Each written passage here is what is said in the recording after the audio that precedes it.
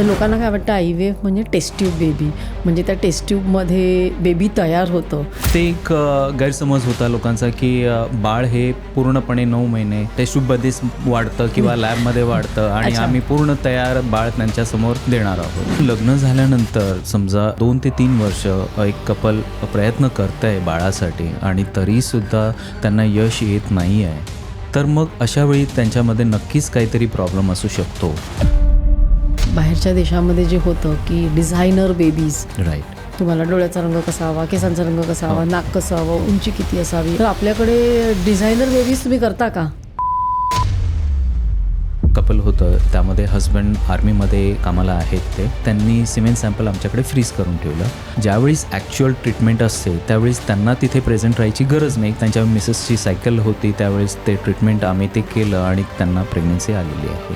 आणि मग हे एम्ब्रिओज कुठे ठेवले जातात?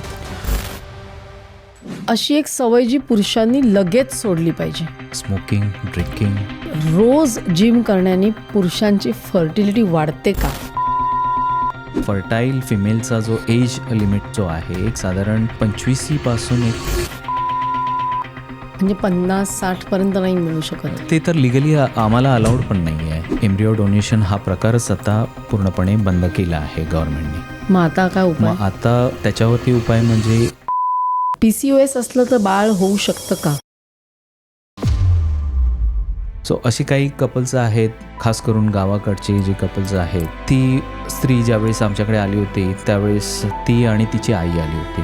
अक्षरशः ती रडायला लागली होती की कशाही पद्धतीमध्ये काही करा, मला ट्रीट करा आणि बाळ द्या म्हणून. मग तिला विचारलं तुझे हजबंड का नाही आले? की लाईक हजबंड म्हणतात की लाईक माझ्यामध्ये काही प्रॉब्लेमच नाही आहे, प्रॉब्लेम तुझ्यामध्ये आहे आणि ट्रीटमेंट घे आणि मला बाळ दे, नाही झालं तर मी दुसरं लग्न करतो आहे.